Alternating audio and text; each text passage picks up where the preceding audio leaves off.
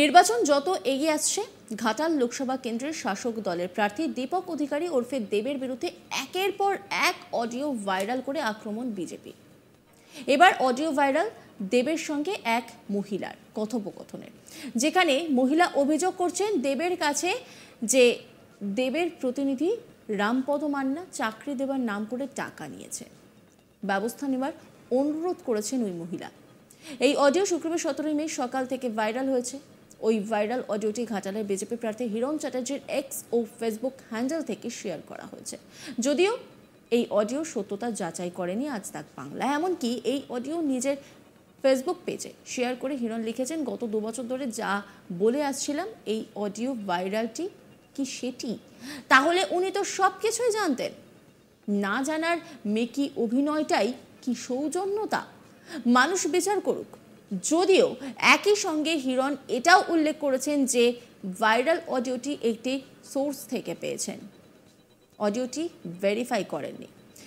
এই ভাইরাল অডিওটিতে দুজনের কথোপকথন শোনা যাচ্ছে। একজন মহিলাকে ফোনে বলতে শোনা যাচ্ছে তিনি 9 লাখ টাকা দিয়েছিলেন চাকরির জন্য, কিন্তু চাকরি না হলেও সেই টাকা তিনি ফেরত পাননি। ঘাটালের বিদায়ী সাংসদের নাম তিনি একবারের জন্য নেননি, দাদা বলেই সম্বোধন করেছেন। ভালো আছেন কিনা কুশল বিনিময়ের পর দাদা বলে সম্বোধন করে ওই মহিলা বলেন একটা অসুবিধায় পড়ে তিনি ফোন করেছেন। তিনি রাম বলে একজনকে চাকরির জন্য 9 লক্ষ টাকা দিয়েছিলেন, কিন্তু চাকরি না হলেও সেই টাকা তিনি ফেরত পাচ্ছেন না। বিষয়টি নিয়ে সায়ন্তন নামে একজনকেও জানিয়েছিলেন, কিন্তু তিনি কোনো রেজাল্ট পাননি। একই সঙ্গে ওই মহিলা জানান তিনি কোনো রাজনৈতিক আন্দোলনে সরাসরি জড়াননি। এরপর অপর প্রান্তে থাকা দাদাকে বলতে শোনা যাচ্ছে বিষয়টি নিয়ে তিনি খোঁজ নেবেন, এরপর তাকে জানাবেন। আসুন শুনে নেব সেই ভাইরাল অডিও ক্লিপটি। ভালো আছি, তুমি ভালো আছো? হ্যাঁ, একদম ভালো আছি। দাদা একটা ছোট্ট ইস্যু ছিল, বাট সেই ইস্যুটা সলভ হচ্ছে না বলেই বাধ্য হলাম তোমাকে ফোন করতে। ইস্যুটা হলো যে রাম আমার কাছ থেকে একটা টাকা নিয়েছিল 9 লাখ টাকা, এবং সেটা আমি সায়ন্তনকেও বলেছিলাম যে সায়ন্তন ও টাকাটা নিয়েছে চাকরি দেওয়ার জন্যে, না চাকরি দিচ্ছে না টাকা দিচ্ছে। তো সায়ন্তনও ওকে বলেছিল রামকে, তো তারপরে কিছু রেজাল্ট এলো না। দেখো দাদা একটা কথা বলি, আমার কোনো পলিটিক্যাল মোটিভেশন নেই, আমি কোনো এবারে সেইটা হলো আমি তো ফোনটা অ্যাড্রেসও করলাম, তখন কথা যখন বলছি ডেফিনেটলি আমি তো গুরুত্ব দিচ্ছি, ঠিক। আর আমার ব্যাপারে একটু জেনে নেবে দাদা যে আমি কোনো পলিটিক্যাল মুভমেন্টে কোনোভাবে ডাইরেক্ট ইনডাইরেক্ট কোনোভাবে জড়াই কিনা, এটা আমার অভ্যেস। আমি করে খাই, বুঝে গেলাম। এবারে আমি আমার মতো করে কাজটা রামকে জিজ্ঞেস করবো এবং সুযোগ পাবো, everything comes out will let you know, ঠিক আছে? এ বিষয়ে বিজেপি প্রার্থী হিরণ চট্টোপাধ্যায়ের দাবি, আমরা এতদিন ধরে অভিযোগ করেছিলাম, এবার বহু মানুষ সেই কথাবার্তা বলছে, তা ভাইরাল হচ্ছে। এরপরও রাজ্য পুলিশ যদি ওদের বিরুদ্ধে ব্যবস্থা না নেয়, চুপ থাকে, তাহলে আমাদের সিবিআই বা আদালতের দ্বারস্থ হতে হবে। কি বলছেন হিরণ চট্টোপাধ্যায়, শোনাবো আপনাদের।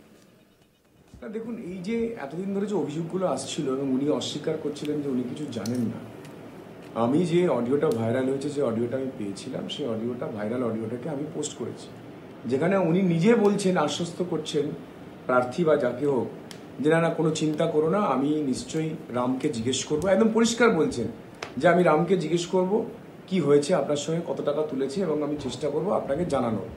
তার মানে উনি পুরোটা জানতেন, এবং উনি জানতেন বলেই তবে উনি এই প্রশ্নের উত্তর দিচ্ছেন যে আমি রামকে জিজ্ঞেস করব। এবং ওনার যে সেক্রেটারি সায়ন্তন, তাকেও এই ফোন করেছে, সায়ন্তনবাবুও বলছেন যে হ্যাঁ আমি সাংসদকে জানিয়েছি, সাংসদকে জানাবো, এবং আমিও চেষ্টা করছি আপনার হয় চাকরি বা টাকাটা ফেরত দেওয়ার।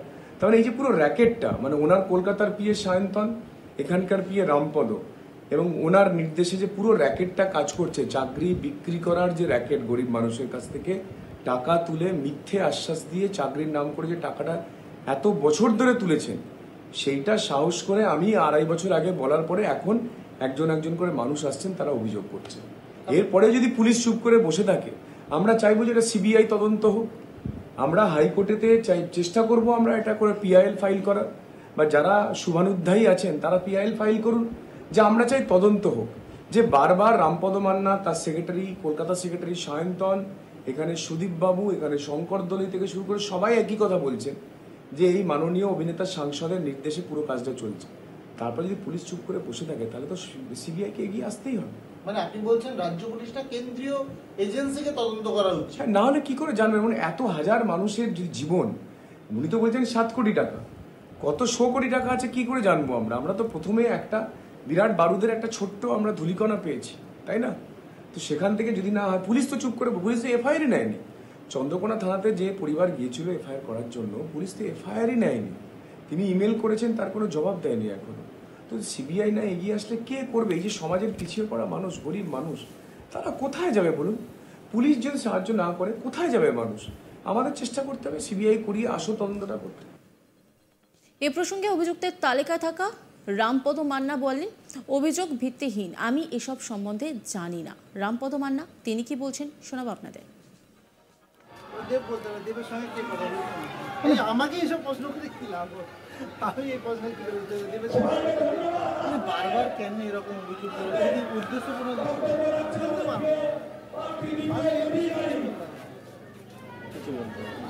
আমি চিনি, সত্যিকারেরই চিনি না। মানে যে অভিযোগ করছে বা যারা অভিযোগ করছে চিনি। এরকম কোনো চাকরি দেওয়ার বিষয়ের সঙ্গে তুমি যুক্ত কোথাও নিয়ে আসো।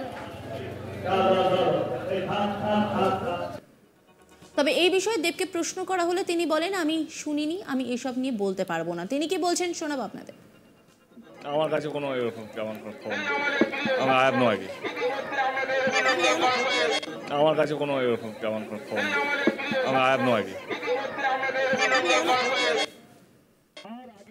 এই নিয়ে একটি রিপোর্ট তুলে ধরেছেন আমার কলিগ, দেখাবো আপনাদের। 25শে মে নির্বাচন পশ্চিম মেদিনীপুরে। সেই ভোট যত কাছে আসছে, ঘাটাল লোকসভা কেন্দ্রে অডিও ভাইরাল কীর্তিকলাপ নিয়ে আরও অস্বস্তি বাড়ছে শাসক দলের কাছে। এবারে অডিও ভাইরাল খোদ ঘাটাল লোকসভা কেন্দ্রের তৃণমূল প্রার্থী দেবের, যেখানে এক মহিলা তার কাছে ফোন করে অভিযোগ করছেন যে তার প্রতিনিধি অর্থাৎ দেবের প্রতিনিধি রামপদ মান্না চাকরি দেওয়ার নাম করে টাকা তুলেছে। বিষয়টি দেবকে দেখার আবেদন জানানো হচ্ছে। আর সেই অডিও একেবারে ভাইরাল করা হয়েছে টুইটার এবং ফেসবুক হ্যান্ডেলে হিরণ চ্যাটার্জি তথা বিজেপি প্রার্থীর পক্ষ থেকে, যা নিয়ে সরগরম শুক্রবার সকাল থেকে ঘাটাল লোকসভায় শুধু নয় রাজ্য জুড়ে। উল্লেখ করা যায়, গত কয়েক সপ্তাহ ধরে একাধিক অডিও ভাইরাল নিয়ে বিভিন্ন রকমভাবে বিদ্ধ করার চেষ্টা করা হয়েছে দেব ও তার প্রতিনিধিকে। দেব যদিও এই কাণ্ডে নাও অভিযুক্ত থাকে, সেক্ষেত্রে তার প্রতিনিধিদেরকে বিভিন্নভাবে জড়িত বলে অভিযোগ করা হয়েছে। গত কয়েকদিন আগে চন্দ্রকোনার একটি পরিবার অভিযোগ করেছিল তার মেয়ের আশা কর্মীর চাকরি করিয়ে দেওয়ার নাম করে রামপদ মান্না মোটা টাকা নিয়েছে। সংবাদ মাধ্যমে সেই খবর শুরু হওয়ার পরই দেখা যায় বৃহস্পতিবার বিকেলে ওই পরিবারের কাছে রামপদ মান্না তার প্রতিনিধি পাঠিয়ে টাকা ফেরত দিয়েছে বলে দাবি করেছেন ওই অভিযোগকারী পরিবার। নজর রাখুন আজ তাক বাংলার ইউটিউব স্ট্রিমিংয়ে।